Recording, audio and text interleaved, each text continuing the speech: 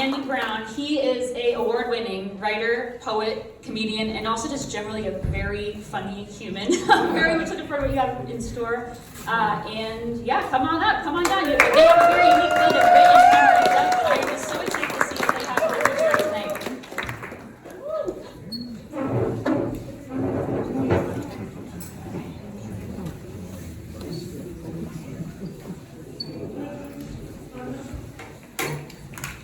Y'all acting so fancy.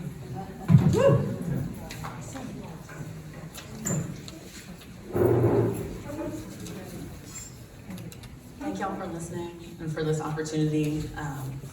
Thank Nick and Maria for making this possible and for inviting me here, and my partner of 14 years for supporting me. They're in this story, Antonia.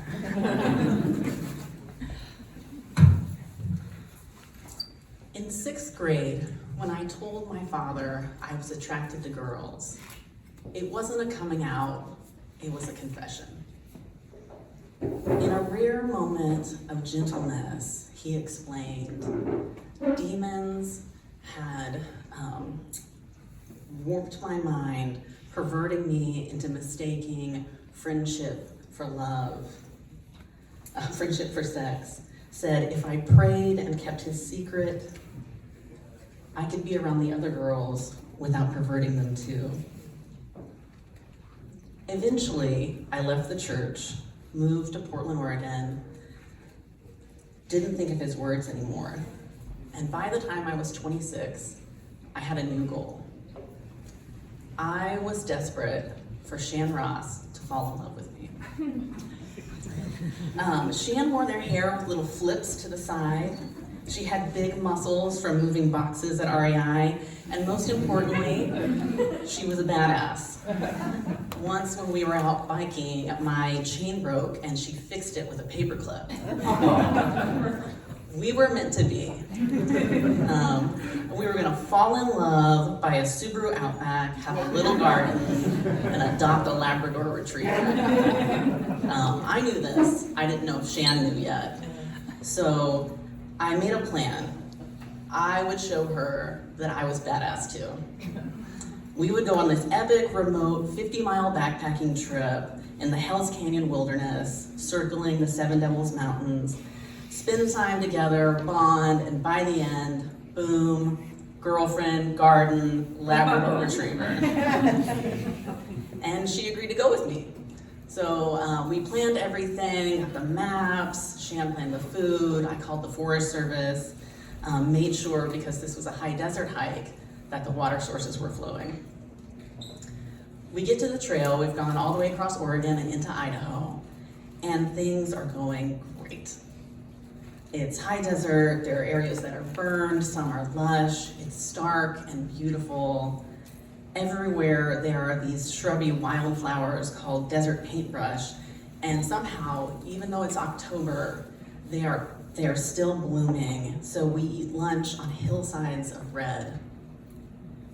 Everything is perfect until we get to our first water source, a creek, and it's dry.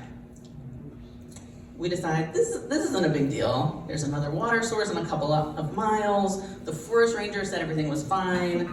Everything's going to work out. So a couple hours pass. We get to our next water source, and it's dry too.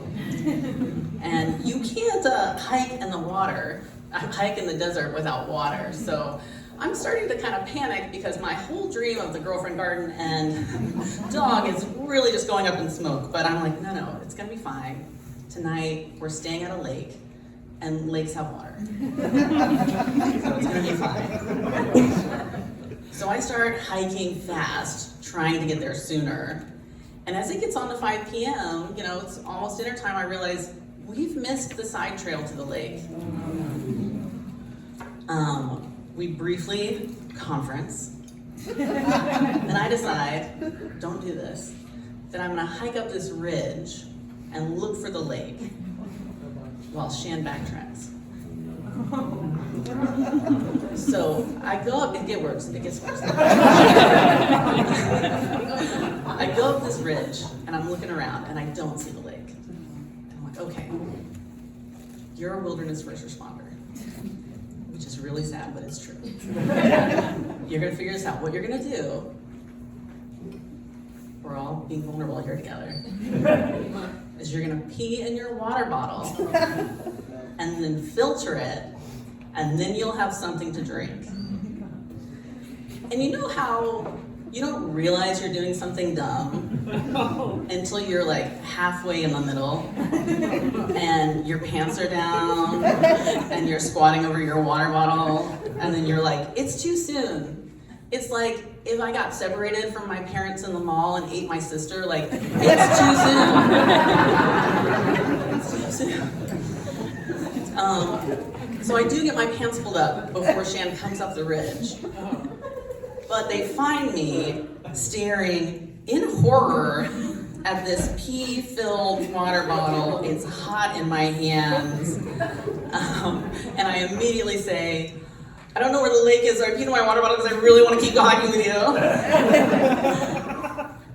And she looks at me and at the water bottle, and she looks at me again, and she's like, hardcore. And I'm like, oh my God, okay, it's gonna be fine. And she's like, I found the trail to the lake, and I have some soap if you wanna wash out that water bottle. So we set up our tent that night by the lake, and the next morning, I get to see what she looks like waking up with her face a little puffy and smiling, even though it's so cold, our water bottles have frozen. She boils water from the lake, we make oatmeal, we warm up, and we keep going.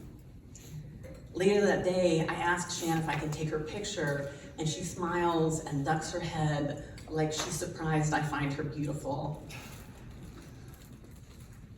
And it's a sweet, private thing that I get to see and nobody else. The rest of the trip is a dream, gorgeous views, the trail all to ourselves. It gets colder each day, so Shan takes the Nutella and peanut butter we've packed and puts it inside their jacket so it'll be warm enough for us to eat. And when that doesn't work on the final day, they just carve out bits of the stuff for us on graham crackers. And I think this is my big love story. The mountains and the wildflowers, the high alpine lakes, Shan ducking her head and smiling. And then everything changes when we come down from the mountains and enter Riggins, Idaho. It's late afternoon, we want to get some supplies, find a hotel for the night, and drive home the next morning. We go into a grocery store first. There are guns mounted all along the wall, even a picture of a blonde woman with a pink AK-47. And I go around the corner to say something to Shan, and I notice the store is now completely empty. So we get our stuff, pack it back in the car, walk a couple blocks, and go to the diner, where we're gonna have our meal before we find a hotel. And it's about halfway full, and it goes quiet when we walk in. The waitress comes over immediately, she's like, oh, thank you ma'am, handing us stuff, and I'm trying to be like a Southern charming person. Shan doesn't talk, hunched over and smaller than they were this morning. I hook my ankle against hers under the table, try to find a warm spot between us. By the time we're done eating, the restaurant is empty too. And Shan whispers, I don't want to stay here tonight. We get up and we step out of the restaurant and we see a man there, legs planted, almost smiling. And behind him are 9 other men, like a crowd of avenging angels. Jan tenses up beside me, and I tell her, don't run. That's something else I learned from my father. It's always worse if you run. So we walk slowly to our car. I feel every inch of concrete underneath me. I stop seeing color, just the sound of my breathing, my pulse, Shan beside me. The men all follow us. And then we get into our car and everything speeds up all at once. 3 of them run back to their trucks, pulling tight behind us, and I'm clenching the steering wheel, trying to make myself focus on the road and not the people behind. The trucks finally turn around, and Shan and I start breathing again. We drive for hours. I don't trust small towns. I don't trust Idaho. We drive until we are far away from anything, and I find somewhere to pull over in the scrub. I fold flat the back seats of my car for us to sleep on, hoping no one will come in the night, and it's only once we are there and laying down that I start to cry, the big, shaking cry of escaped prey.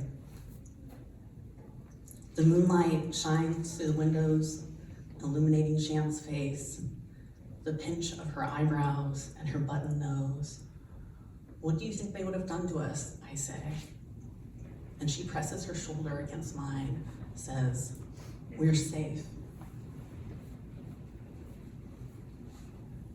I think about my father, the men of Riggins, the warnings of older lesbians, my shaking hands. And I know that for me and Shan, our loving will be hard. But I also know that Shan wears her hair little flips to the side.